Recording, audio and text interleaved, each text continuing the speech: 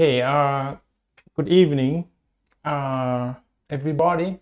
Welcome you to SCI33205 or physics number 4. This is the compensating lecture due to the missing lecture that we have lost on Wednesday, right? That's because of the internet connection problem. Okay, I would start at the topic in the first chapter, which is the electromagnetic waves. And for both M604 and M605, you can start from together at the same topic, so that we will have only a single compensating video for both classes. Okay, I think we arrived at the story about how the electric field was generated. Okay, and then after we get some ideas about how the electric field was generated, and you can also imply how the magnetic field will happen. Okay, let's take a look at the first figure here on the left side of this one. If M604 has passes this story, I'm sorry for that, you can skip this story, but M605 is still arriving at this page, okay, or these three figures. Okay, at the starting point, which is t at 0 second, this is the alternating current source, right, or the voltage source that has alternating current. This source controls, okay, the flow of electrons, okay, and as you know, the positive charge, which is proton, cannot move inside the atom of any conductor or copper wire, right?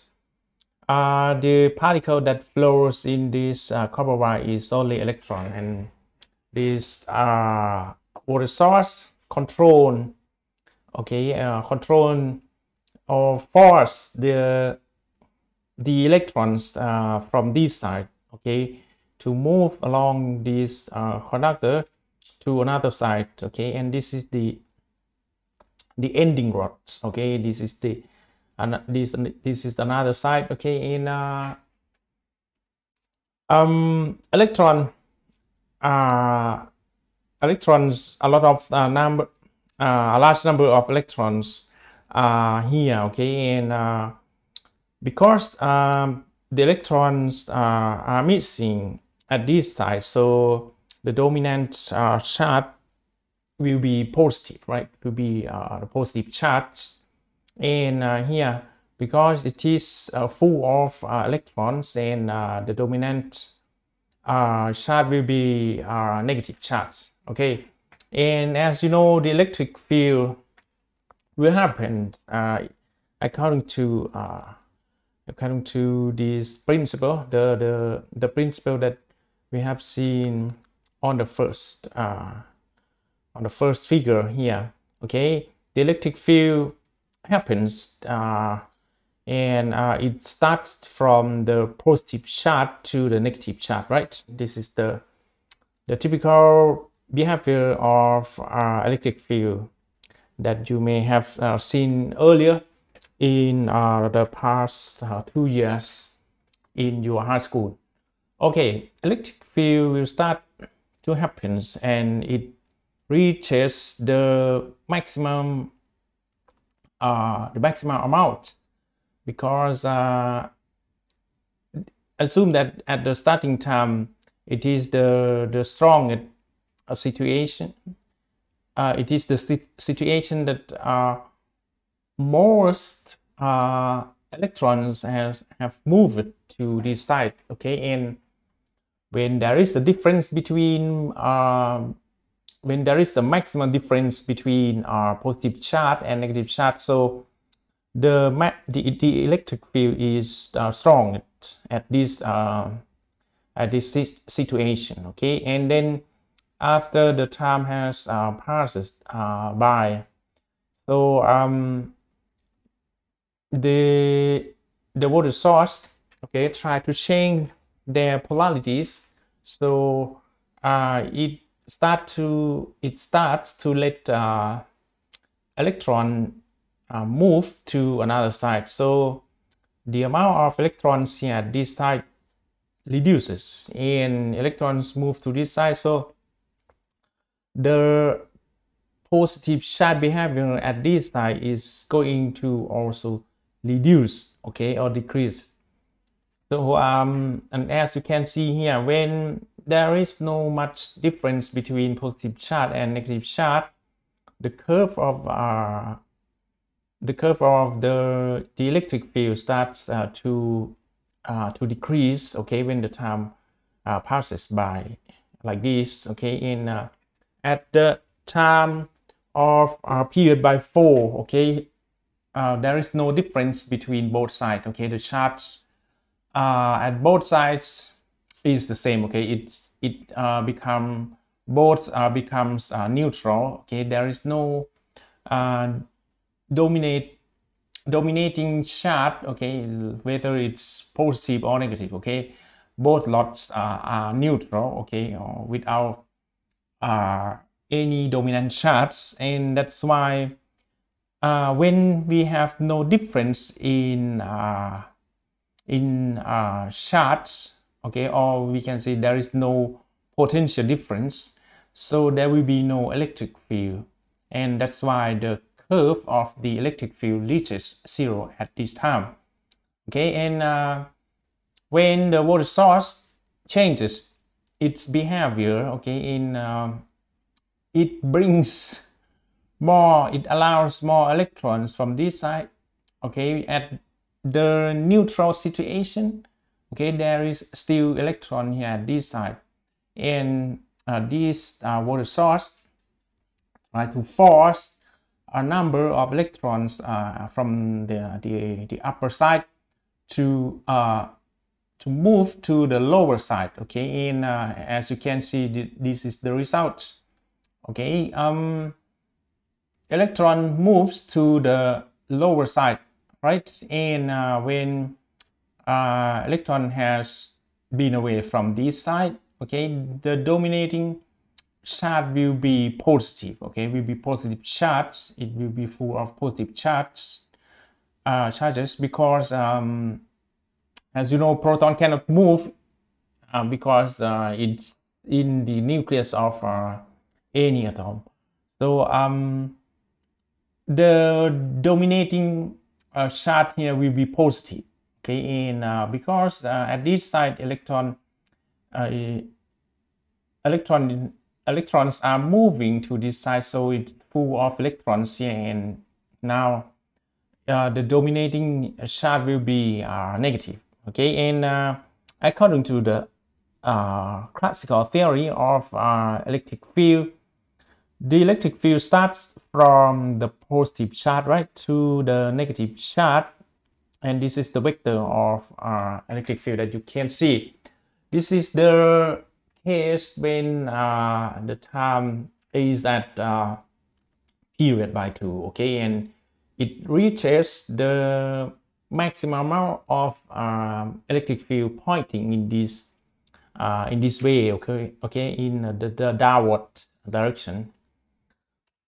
Okay, in this figure, when you let the time pass by more, okay, when the time goes on after we reach period by 2 at this situation, okay, the voltage source changes its behavior again, okay, and it lets it try to force several electrons from this side. Okay, before that the electron is are here, right, and this voltage source forces numerous electrons to be to move along this copper wire to this way, and it would stop at this side because there is no other way for electron to go further.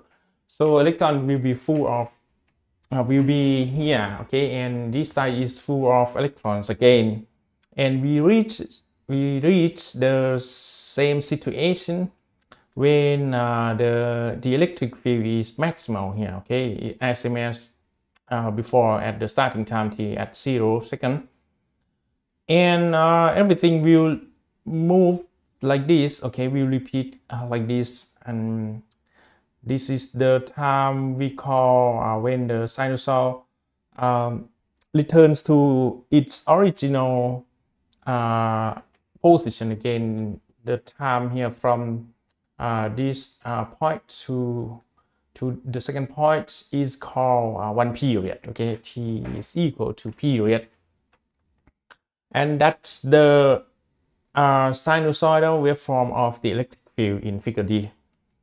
Let's move to the next page. In figure 4 and figure 5, the electric field points up when the upper rod is negative. Okay, as you this is only the explanation of what I have explained to you before. In the figure A, B, and C, okay, you can read yourself. And we are going to move. We are going to come across this explanation because it's just repetition. Okay, and as you know, when there is electric field change, there will be when there is a flow of currents or charge, when the charge moves from one point to another point, it means we have the current, right? The amount of current flowing per time is called current. The amount of charge that flows from one point to another point per time is called current, right? And when the electric field change, there will be also charge movements, and when the electrons move from the upper side to the lower side, it means that it's equivalent to, but it's not. It doesn't happen in reality.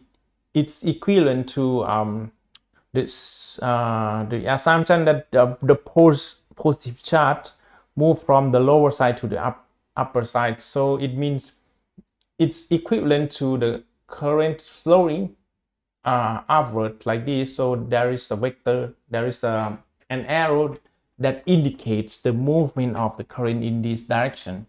And as you know, according to our right-hand rule,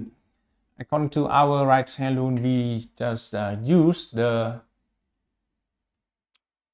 our right hand, okay, and you can see that there will be magnetic field, okay, which is denoted by the pink here or magenta color, okay. And let's take a look at the figure B, okay. It's clear for us. In figure A, in figure B, you can see that the electric field is pointing downward, but at this position at the front cross-sectional view, okay, the magnetic field vector, which is denoted by B, okay, is pointing into now pointing into the plane of this monitor or these lecture notes, right? But we can only write down like this, okay, which represent the magnetic field points into this plane, okay, into this this presentation or this lecture notes, okay. And this is the mechanism we have both electric field and magnetic field, right? And if you write down the magnetic field under the assumption of one cycle of magnetic field change or one cycle of current, okay, and you can see that the magnetic field is going to be like this, okay. It means when the arrows of the magnetic field is pointing in this direction, it means the magnetic field is pointing out of the plane of these lecture nodes, and this is the magnetic field pointing into the plane of these lecture nodes. And again, it has the sinusoidal shape or sinusoidal waveform, okay. It follows the sinusoidal waveform same as the electric field, okay. This is an important person or scientist in the topic of electromagnetic wave. His name is Michael Faraday. He is a British or English scientist, and from 1791 to 1867. Michael Faraday is best known for his contribution. He is quite famous, and if you study engineering, especially in electrical engineering, you need to get into a subject which is called electromagnetic wave, okay, and you will hear his name quite often, okay, in that subject. He has made a great contribution in electrochemistry and electromagnetism. In one of the most important thing that he discovered is a law, okay, and that law is called Faraday's law, and this law states that a time-varying magnetic field acts as the source of an electric field, okay. After you see that the electric field induces the magnetic field, and again he found that the magnetic field here induced the electric field, okay, and the induction will mutually happen, okay, for both fields, okay. And here the meaning of this sentence is that the magnetic field induces the electric field, okay. Further information you can you can browse the stuff here on page 761 in the reference number 4. Okay, another person is James Clerk Maxwell, okay. If you study engineering in bachelor degree, okay, there will be 4 equations which are unified by this person, okay. It's called Maxwell equations, okay, with 4 equations. Maxwell is a Scottish mathematician and physicist, okay. Because both fields are quite related to each other, and he was alive from 1831 to 1879. James Clerk Maxwell is best known for combining or merging the fields of electricity and magnetism, and he creates a theory of the electromagnetic field, okay. And one of that, or the meaning of this of his discovery is the unification of 4 equations regarding the electromagnetic field, okay. In the most important situation for us in this subject is in 1865. Maxwell proposed that a time-varying electric field could play the same role as a current, okay, and it acts as the additional source of the magnetic field. And he unified the theory in terms of 4 equations, and in his equations, the time-varying electric field generate magnetic fields, and the time-varying magnetic fields induce electric field. Okay, both fields will generate one field will generate another field. Okay, and this is the mutual induction, we can say that.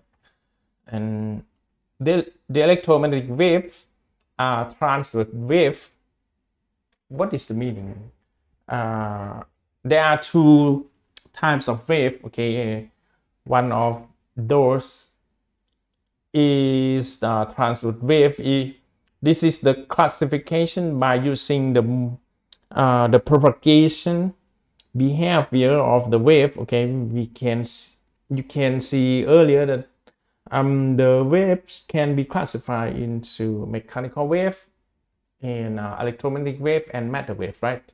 And that's classified according to some aspects. But if we pay attention to the movement or the propagation of the wave, the wave can be classified into 2 types. The first one is transverse wave, and another one, I think it's longitudinal wave. Okay, when the wave propagates in the same way as the fluctuation, but the transverse wave is different from the longitudinal wave, because their fluctuation happens according to the electric field and the magnetic field. But the electric field and magnetic field are perpendicular to the direction or the movement direction of the wave. Okay, and such kind of movement brings the electromagnetic waves to the transverse wave. Okay, this is a spatial or distinction from the longitudinal wave. Okay, you can see that the sound. Okay, for example, sound is the longitudinal wave. The compression of the air can be seen as the fluctuation, and the sound moves in the same direction as the compression of the air. Okay, but in electromagnetic wave, the electric field changes its magnitude, and the magnetic field changes its magnitude in a perpendicular direction to the direction of the electromagnetic wave movement. So this is called transverse wave. If you don't understand what I explained earlier, you can take a look at this figure, and it will make you clearer to the idea of transverse wave. Okay, the blue one represents okay, this is the plane. Okay, the plane for the electric field. Okay, denoted by the variable E, and there is a perpendicular plane. Okay, this is the plane for magnetic field, and the blue curve with the blue vectors or arrows here is the amount of magnetic field. Okay, on the E plane. Okay, in the vertical plane, let's say, and this is the horizontal plane Okay, and the magnetic field has some fluctuation on the horizontal plane, and you can see that the movement of the wave is in this way, okay, in the green direction here. Okay, and C is the velocity of the electromagnetic wave. You can see that the green vector is perpendicular to the blue one, and also perpendicular to the pink or the market one here. Okay, and this is the reason why we call electromagnetic wave as the transverse wave, because the blue one and the magenta one are perpendicular to the movement direction of the wave. Okay.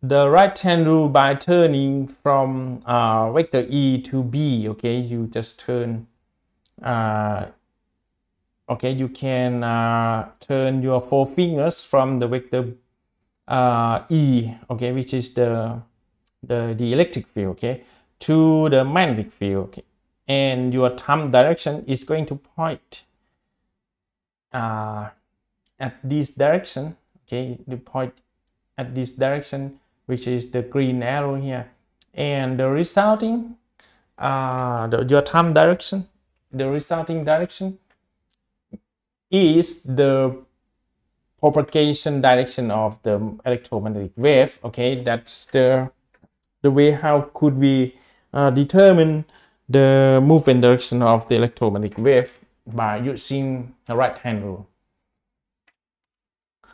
And in this scenario, you can see that if you turn your right-hand rule from the E field, the electric field, to the B field, which is the blue one here, and your thumb direction is going to point at this direction, okay, according to the green arrow here, and the wave is moving in this direction, okay, to the negative X direction. So the next thing is that Maxwell relation. Okay, right now we are still unclear why the vector, the green vector here, is denoted by variable c. Okay, and as you know, you may know before that c is the speed of the lights. Okay, but that's the speed of the electromagnetic wave as well, okay, because the light is only one member of the electromagnetic wave. Okay, Maxwell has found the relationship between the electric field and the magnetic field in especially for the free space or in the vacuum. C is the velocity of the electromagnetic wave, which can be computed by the 1 by square roots of the product of two constants. Okay, the first constant is epsilon. Okay, epsilon is the electric permittivity. Okay, this is what I have mentioned before. It's a property of a matter or substance that allows the electric field can be created. Okay, and another variable is mu. Okay, mu is what I have already told you. Mu is the magnetic permeability, which is the property of matter or substance that allows the magnetic field to be created. Okay, and let's talk about the subscription of 0. Okay, both have the subscripts of 0. Okay, and what is the meaning of that? 0 means the the matter or the substance is free space, okay, it has nothing, okay, or vacuum, okay, there is no molecule of air or any gas at all, and that's called free space, okay. In free space or vacuum, the ability of that matter, actually there is nothing, okay. The ability of the vacuum that allows the electric field to be created is this value, okay, 8.85419 times 10 raised to the power of 12, which is pico, okay, actually pico. And the unit of electric permittivity is Coulomb square by Newton square meter. In mu, which is the permittivity, magnetic permeability, in with the subscript of 0 means we are considering the magnetic permeability in free space, right? In as we know before, in the Biot-Savart formula, mu 0 is 4 pi times 10 raised to the power of -7, okay, and the unit is the same. Newton square second, Newton's second square divided by Coulomb square. And after we substitute these two values, okay, these two numeric values, okay, into this equation, okay, you can put both values into these square roots and leave it to the calculator. You can get the results, okay, like this. After we have made the computation, it turns out that the answer is 299, okay, 792421 in with some finer details, 0.05359. And actually, after the cancellation of all these SI units, we get only meter per second, and we can approximate this value as 10 times 10 raised to the power of 8, or 300 millions, okay, 300 millions meter per second, okay. That's the speed of the electromagnetic wave, and it's the same, exactly the same as the speed of the light. Okay, let's move to another person. His name is Heinrich Rudolf Hertz. He is a German physicist from 1857 to 1894. And one of the most frequent unit that you may have heard is the word Hertz, okay, which is taken from his surname. 1 Hertz is equal to 1 complete vibration or 1 cycle per second. And this unit is dedicated to Heinrich Rudolf Hertz, okay, because he has made a lot of contribution or works about the cycle of wave per second. So it's not convenient to always say cycle per second, cycle per second. So it's better to just abbreviate these long units by the surname of this person, okay. So Hertz made the most important discovery in radio wave in 1887. He found that the speed of a radio wave is the same as that of light, okay. The speed of the light is the same as the speed of the radio wave, okay. He was specialized in only radio wave at that time. He also made the experiments and with his experiments, he concluded that radio wave has the same behavior as the light wave. Okay,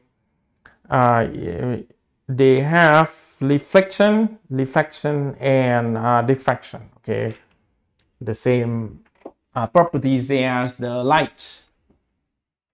Since electric current is directly proportional to voltage according to the Ohm's law, and the voltage at that time, people were exciting about electricity and magnetism. So there were many scientists or main scientists at that time were considered the topics about electricity and magnetism. So Ohm is also a person who paid much attention to those research topics. So the next conclusion that was well known at the time and even acceptable also nowadays, voltage is directly proportional to electric field strength, right? Because it's the magnitude of the electric field, right? And electric field is the voltage divided by the distance. So he concluded the two should be directly proportional. It means the electric field and the magnetic field should be directly proportional to each other. No. Electric currents, the voltage and electric field should be proportional to each other. Sorry for that. The electric current should be directly proportional to electric field strength. Okay, and that's the conclusion from Hertz. Okay, when an electromagnetic wave travels in the vacuum, the magnitudes of the electric field and the magnetic field are in a definite constant ratio. This is what Hertz has discovered, and the ratio of E by B is equal to the speed of the light or the electromagnetic wave. See, it's a constant, and as you know, it's approximately 3 times 10 with the power of 8 meters per second. E is the magnitude of the electric field. Its unit is volts per meter. Since the electromagnetic wave travel at the same speed as light in the vacuum, scientists conclude collectively that the light is a kind of electromagnetic wave, and that holds true even nowadays. Okay, now let's go into the detail of the typical wave, right? And there is a quantity which is called wavelength. Okay, wavelength is the distance that a wave can travel in one period. And as you have seen, one period means the capital T, right? And one period is the time that lasts from one point in the sinusoidal wave or even non-sinusoidal wave, but it has the same amount. Okay, in the next the next point in that wave, okay, when the wave will return to its original state. Okay, and this is called wavelength.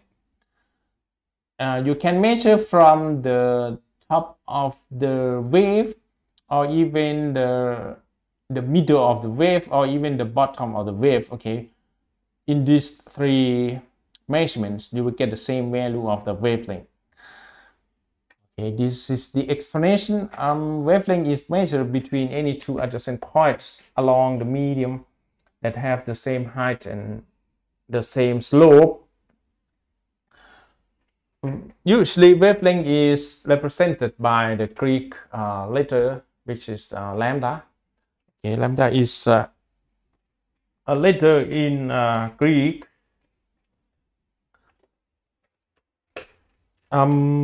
Scientists usually use the Greek letter to represent something that happens in science. For example, the name of coronavirus is also represented by Greek letters, alpha, beta, delta, for example.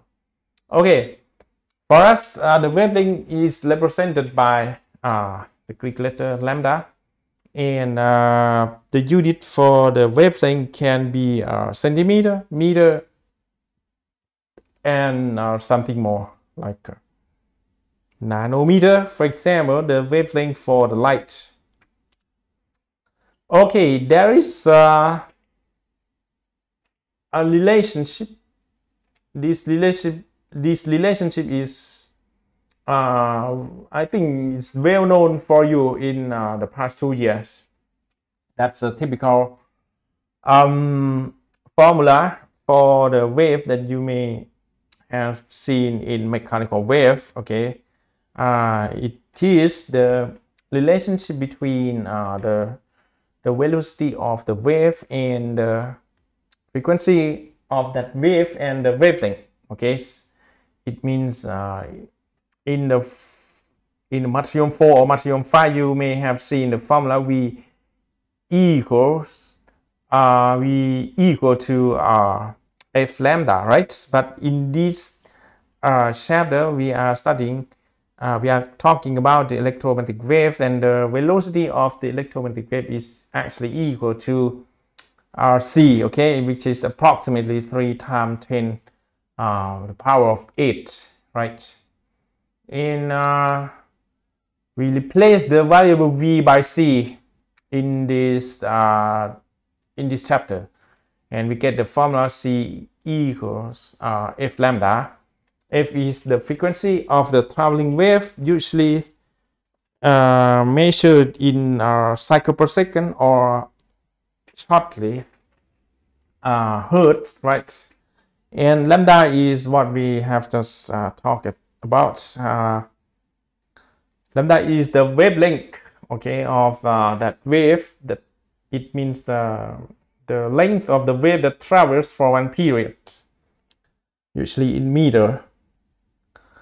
Okay, let's try to understand the behavior of the wave again. Maybe you have seen this notion before. The wave that has a longer wavelength, which is the green one here, the above one, okay, it has longer wavelength. Okay, when you measure from the top of the hill to the next top of the hill, and in the lower wave, another waveform, I think the cyan one, CYAN, you can see that the measurement of two adjacent peaks of the wave is shorter than the green one, and we say that this is the shorter wavelength. Okay, and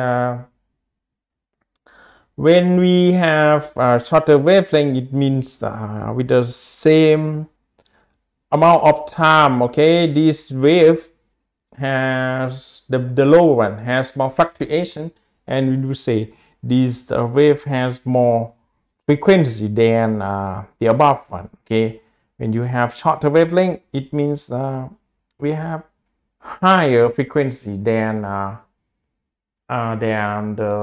wave with longer wavelength. Okay, and the duration is in this way. Okay, lambda lambda 1 is greater than lambda 2, and we apply this formula. Okay, we move f to the left hand side and it appears as the denominator.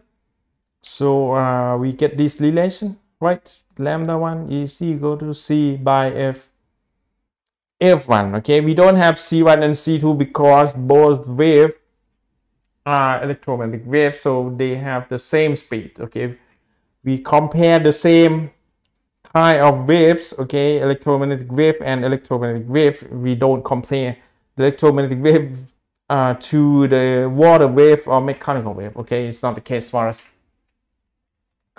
And when you substitute c with the same velocity, okay, c for both wave, c by f and c by f, and you can see that you can cancel c at both sides of this inequality, and the remaining thing is that you have f2 here and f1 here. It means f2 is greater than f1. So the meaning is that the second wave has a higher frequency than the first wave here. Okay, there is the problem, which is an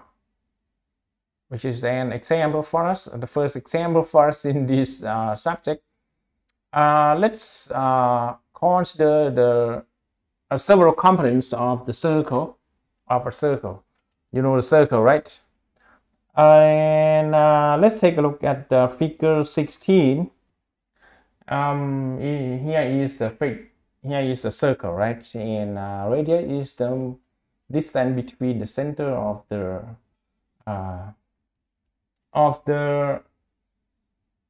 circle to the circumference here. Circumference means the distance you walk in one loop of this circle. And here is the sector. Okay, the sector is the area covered by a certain amount of angle, and chord is the distance from one point on the circle to another side of the circle, and the area covered by chord is called segment. Okay, and circumference is the distance that you walk for one round of this circle, and arc is the distance that you walk from one point on the circle to another point. Okay, and this is called sector. Okay, our sector has something to do with the center of the circle, but segment has nothing to do with the center of the circle. Okay, you can write down a straight line. Okay, and this line doesn't pass the center of the circle, so this one is called chord. Okay, chord is always less than diameter, and the area surrounded by chord is called segment.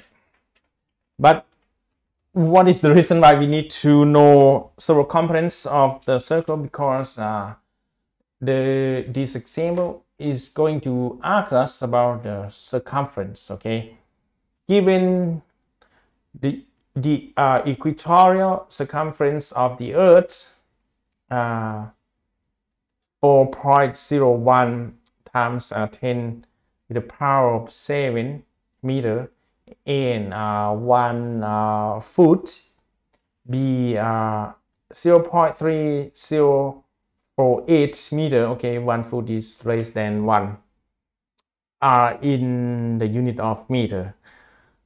And here is the maximal circumference of the Earth. Okay, the question is the following: what distance does the light travel in 1 second?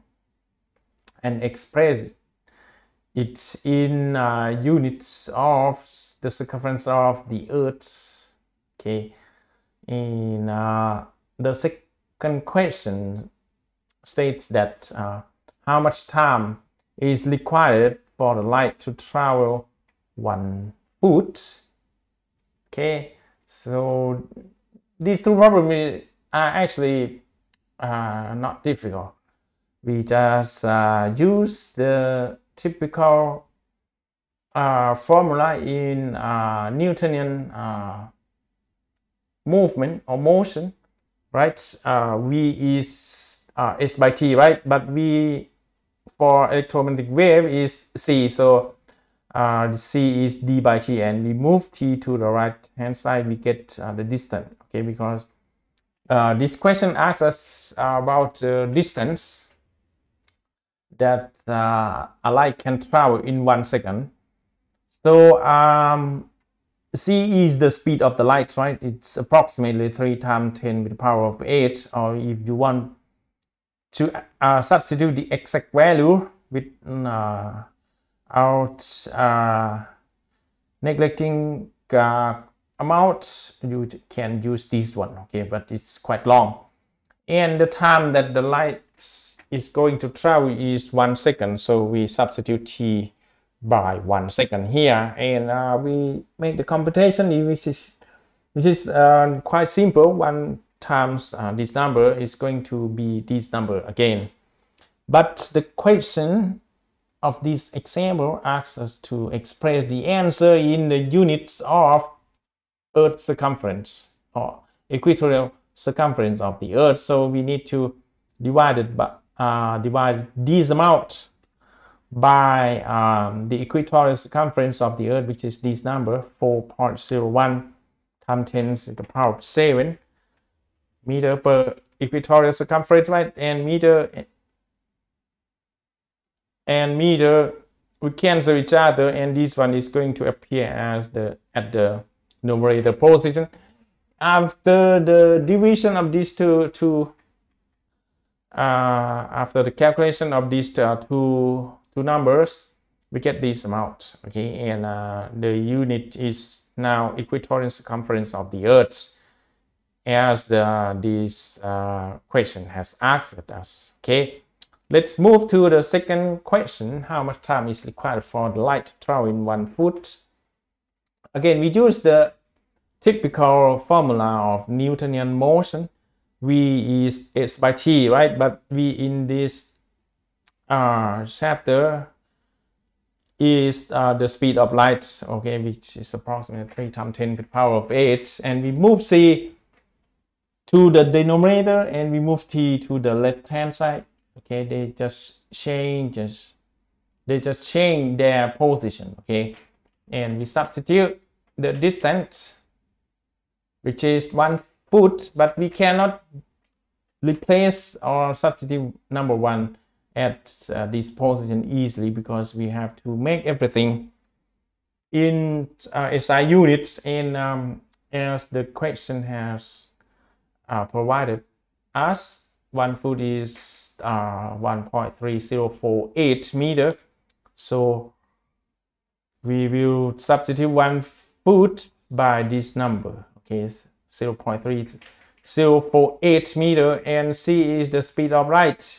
If you substitute the rather exact number, it's this one, okay?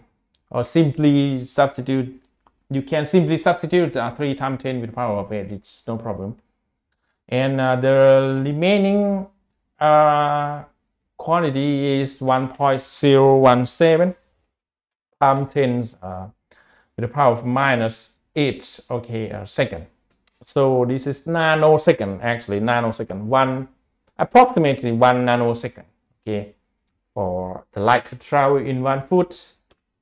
Let's move to the next page, which is the next topic of electromagnetic wave. Okay, we arrive at another topic in this chapter. Okay, we have completed the topic of production of electromagnetic wave, okay, how the magnetic waves were generated, and now we arrive at the spectrum of the electromagnetic wave, where we have calculated something about wavelength, time and distance, and so on, right? Here, let's talk about the spectrum of the electromagnetic wave. Okay, you know that wave is is classified according to its frequency or its wavelength, right? With the whole region of the electromagnetic wave, we can scientists have classified them into these three categories. In these several categories, okay, the first one is gamma rays. Okay, gamma rays has shorter wavelengths and it has high frequency and also high energy. Okay, and the energy in this chapter is appropriately denoted by electron volts. Okay, if you go to the next subject of this of physics, okay, we will talk about the energy on the scale of electron volt, okay, which is very tiny. We will talk about it later. The next region or the next group of electromagnetic wave is X-ray region. Okay, the wavelength is a little bit longer than the gamma rays, but the energy also decreased. Okay, it has the opposite direction. It's opposite to each other, the wavelength and the frequency. In energy is highly dependent on the frequency. Okay, the wave that has a higher frequency, it has also higher energy, and you can see that X-ray has lower energy than gamma rays. So let's move to another type of category, ultraviolet. Okay, before this rainbow bar here. UV is above rainbow or visible range of human eyes to detect the electromagnetic wave, and this region is called the right, the light. Okay, ultraviolet has larger wavelength, but lower energy or lower frequency, we can say it. And this is the visible range of electromagnetic wave that how our human eyes can detect it or can observe it directly, but I would not recommend to observe these electromagnetic waves for a long time, otherwise you will get damage of your eye. Okay. The first one is violet, right? Because it's ultra means higher. Ultraviolet means something higher than violet. Now we arrive at the violet region, which is a type for us that our eyes can detect. The next one is blue, and later blue and green, and here is 100 green, and the mix between yellow and green, and after that yellow, and now yellow start to be stronger with orange, and finally the red one, okay, the red region. And this is the number of wavelength, okay, in which is expressed in nanometer. Okay, you can see that the variable that is used here is lambda. Okay, in blue, green, red. Okay, this is only a region that this is only a region of electromagnetic wave which can be observed by our eyes, our human eyes. So let's move to the next one, the next region, which is called infrared. And in this region, the electromagnetic wave has longer wavelengths, but lower energy as well. Okay, and now we move to the microwave region. You can see that microwave region has has longer wavelength, but also a lower energy or lower frequency, we can say. And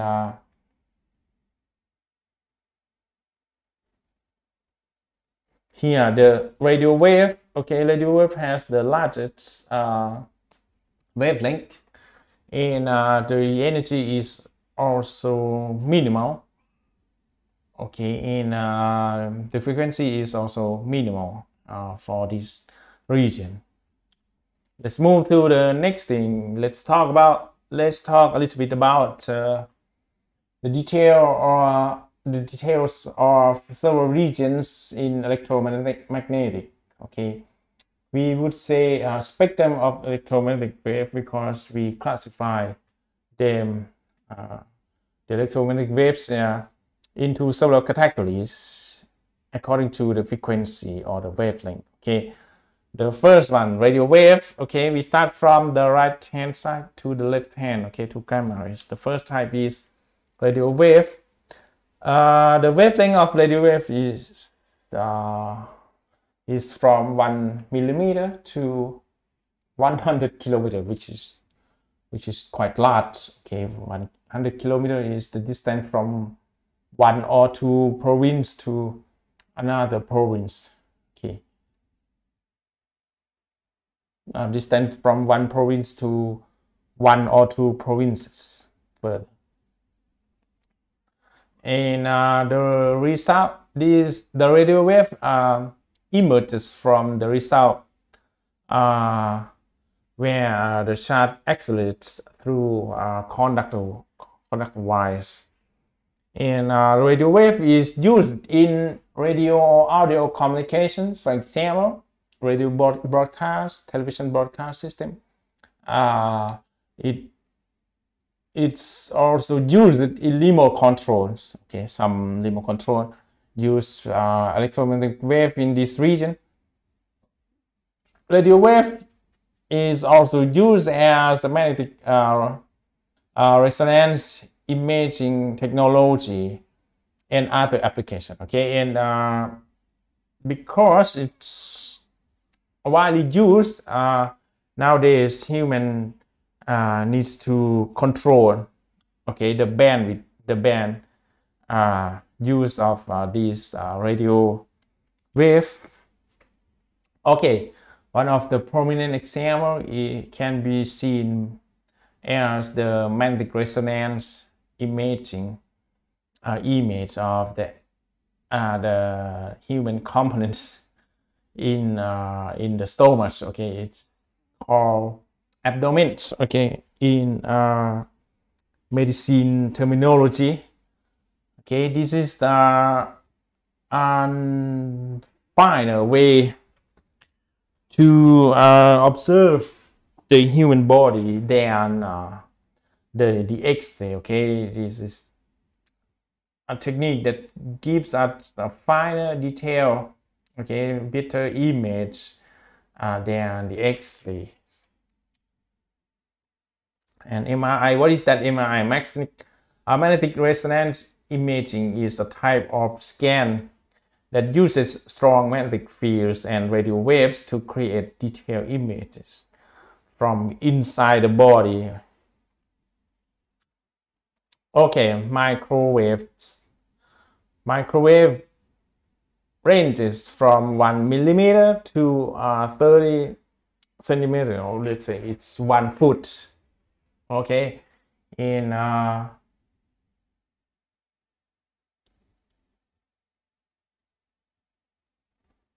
microwave is caused by accelerating charges and thermal agitation.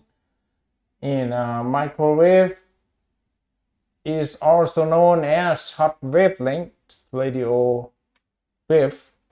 Okay, now the wavelength of the electromagnetic wave gets smaller and smaller, or shorter and shorter, and microwave is a finer version of radio wave. Okay, when the frequency is higher, and it's used in radar system for aircraft and marine navigation. Okay, it's still useful for human nowadays. Microwave is used in microwave ovens. Okay, and the story of microwave will be stated later. Microwave is popular and very useful for us because we are now in the wireless communication generation. Okay, there are several generations of wireless communication: 13, 14, 15, and 5th generation of wireless communication is quite promising nowadays, right? And other application for microwave region.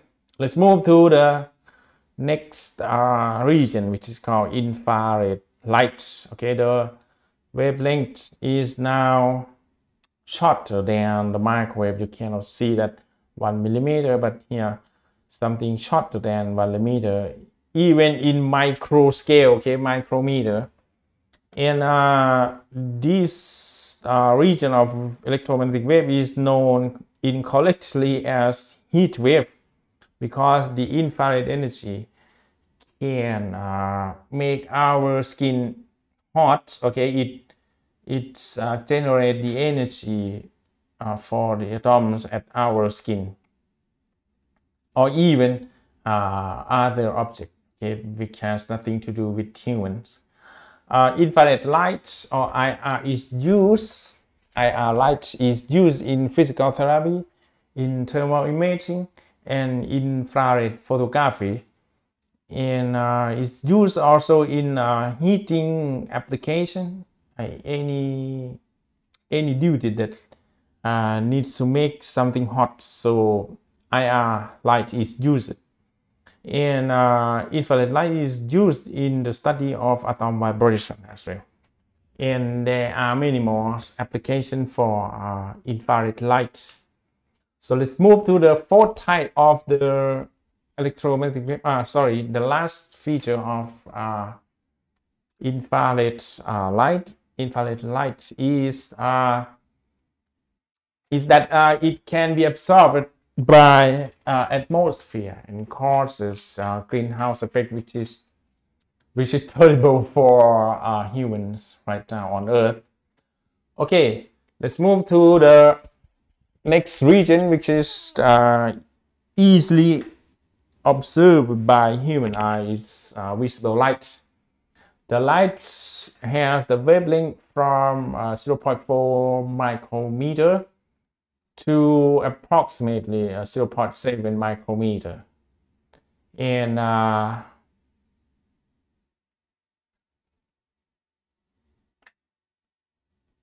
okay, 0.4 micrometer. It's all right, because we will talk about the wavelength for the light on the scale of nanometer, but that's 400, 700, and so on.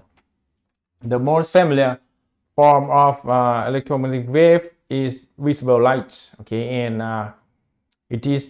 because it is the spectrum that can be detected by human eyes. Okay, visible light can be produced by rearranging the electrons in atoms and molecules. Okay, this is the photoelectric effects. Okay, this is what you will see in the next subject, which is SCI33206, which is physics number 5 in the next semester. In visible light is used for photosynthesis. Okay, this happens in with the plants, right? And it's used for human vision. Okay, you design a lamp to generate the electromagnetic wave in this region. Okay, and you get something useful from that light. Okay, and let's move to the next region, which is ultraviolet or UV light. The UV light has the wavelength ranging from 0.6 nanometer, which is very close to the visible light, okay, actually, to 400 nanometer, which is quite small. the sun is an important source of the UV light, and unfortunately, the UV light is the cause of suntans. Okay, and most of the UV light from the sun is absorbed by the atoms in the upper atmosphere, or simply called stratosphere, right? And with the recent discussion around the world, the thickness of the stratosphere on our world is thinner and thinner. Okay, it means there will be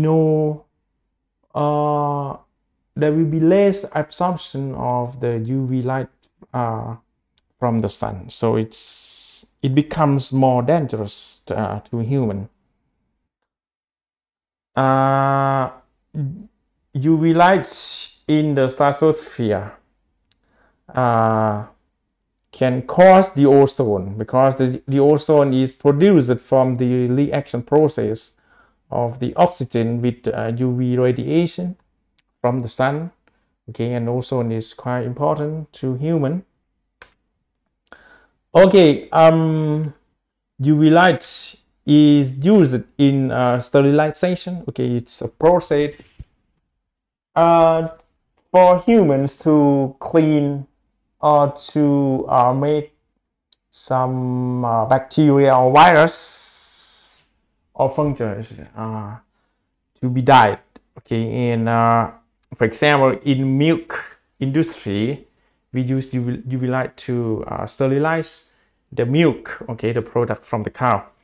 The UV light can cause the vitamin D for human skin, and unfortunately it can cause cancer, okay, to the human skin. Any matter, any substance has a positive side and also negative side as well. Okay, that's normal in nature. Let's move to the almost the last region. It's sorry, it's our X-ray region.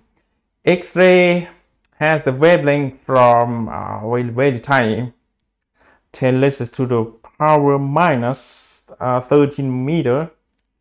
It's called 0.1 picometer.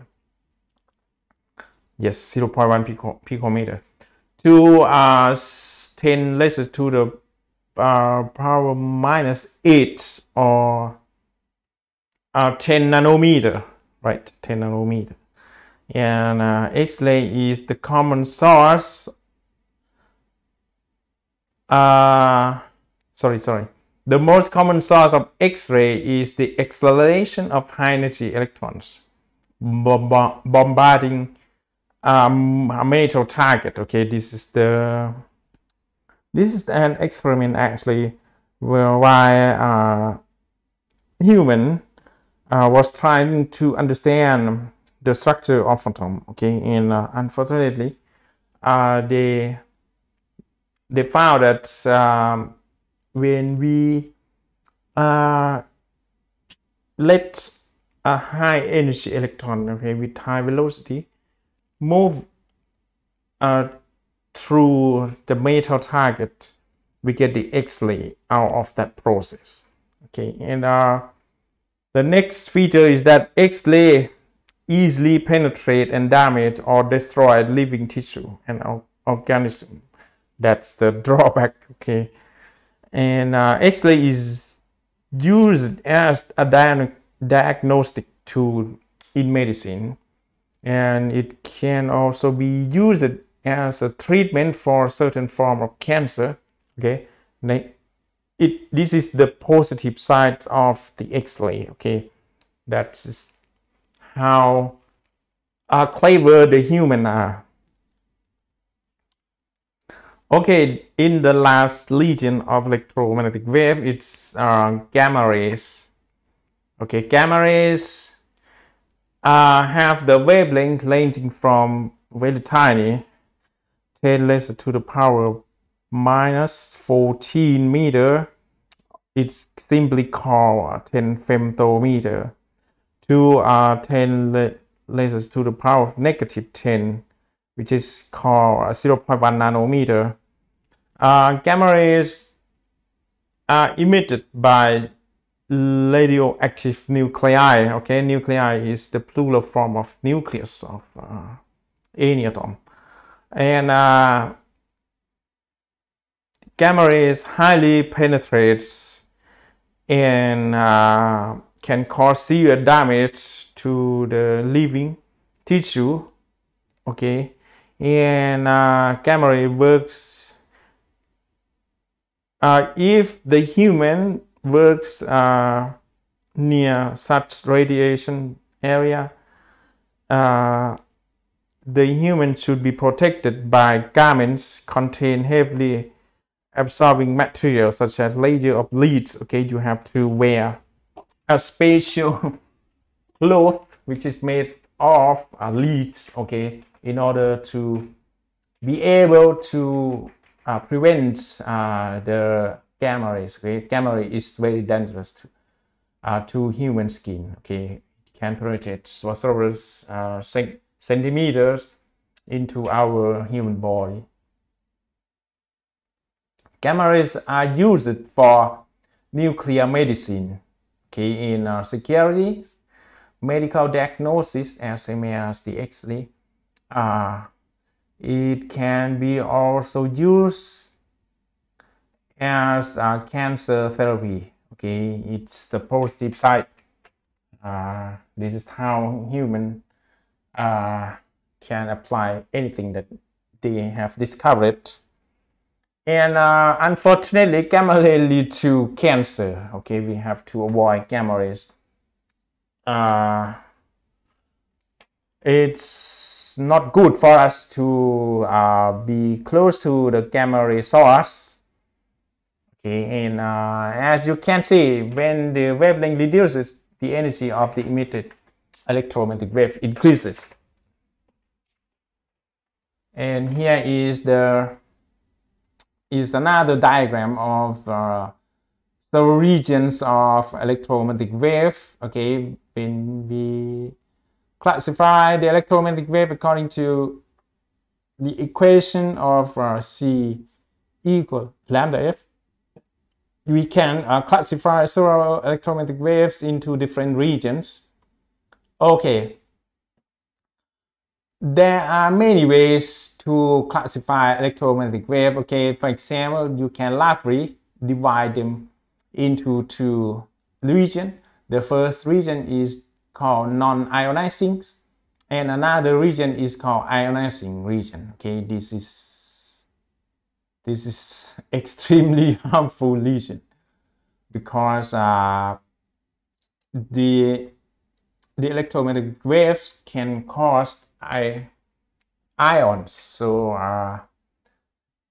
in this region, the atoms and many particles have high energy. Okay, and anything close to this ionizing particle can get the extreme effect. Okay, let's start from the left side. The first one is the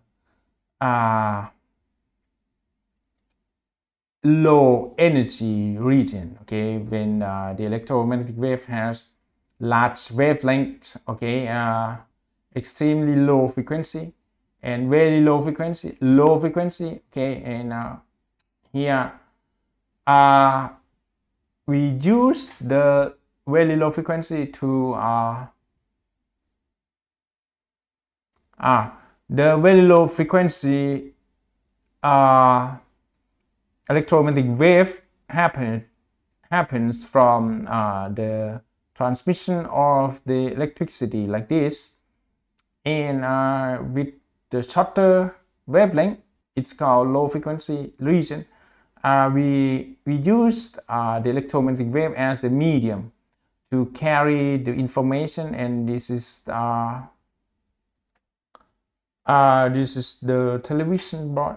Sorry, this is the microwave oven, right? In radio transmission is in radio frequency, and they said the electromagnetic wave in this region has low danger to human.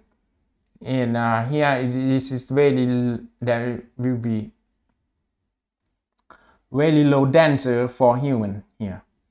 And when the wave has shorter wavelength, okay, it start to have higher frequency, and the human has applied the electromagnetic wave for finer telecommunication, like television broadcast, okay, or even the wireless communication. Okay, this is the handy, this is the mobile. In this is in the microwave region. Okay, they use even for satellite communication.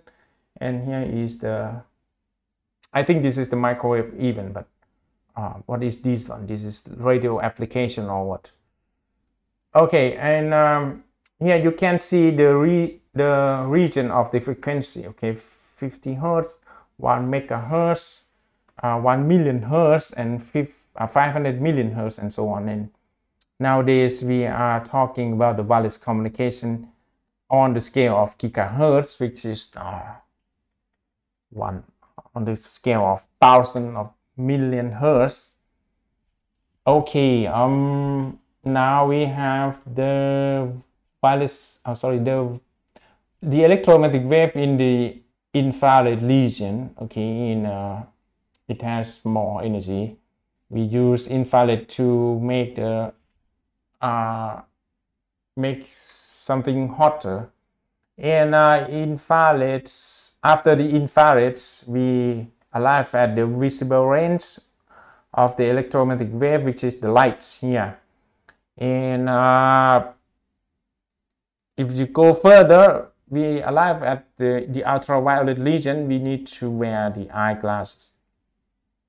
Okay, and when the electromagnetic wave has shorter wavelength, we arrive at the X-ray region. We use X-ray to observe the human body, for example, the hand figure here. And now let's move to the highest energy region, which is gamma rays here. And you can see that the wavelength has very short. The electromagnetic wave has very short wavelength, and also you have a large number of frequency. Okay, here is the scale of the wavelength. Okay, from several thousand kilometer to several thousand meter, and several centimeters, and on the order of millimeter, nanometer, and picometer, like this. Okay, let's move to the next page, and we arrive at another example of the electromagnetic wave. I think this is the same way as you have calculated the relation between frequency and wavelength in the mechanical wave in Module 4 and Module 5. Okay, determine the wavelength of an amplitude modulation wave. Okay, it's called AM wave. It's a kind of radio wave. Okay, if you ask your grandfather and so on, they would be familiar with this word. Okay, AM. Or even nowadays, if you want to get used to the medium in the ancient generation, okay, AM is a type of radio communication. And this AM wave has the frequency of 1.5 megahertz. Okay, we need to find the wavelength of this electromagnetic wave. Okay, let's get some idea about the amplitude modulation. This is the sinusoidal waveform, right? This is the signal. This is the carrier signal. And here is the information you want to transmit, right? Okay. And here is the carrier signal, which is on the order of 1.5 megahertz. And you modulate. What is the meaning of modulate or modulation? You just multiply these two waveform, okay? This value on y-axis is multiplied with this value, okay, which is constant. The envelope here is constant. Okay, you multiply this waveform by this quantity, you will get this shape, okay, and you can see that the frequency is the same, but the magnitude has been reduced, okay, according to this quantity. When we here we have larger quantity, so the amplitude is greater, and that's the way how the AM waveform is modulated, okay. But it's not important for us. We just want to compute the wavelength of this electromagnetic wave, okay. We know F, right? This is the frequency, and what we want to know is lambda, and so we need to use or recall the relation C is lambda F, right? And we move F to the left hand side, right?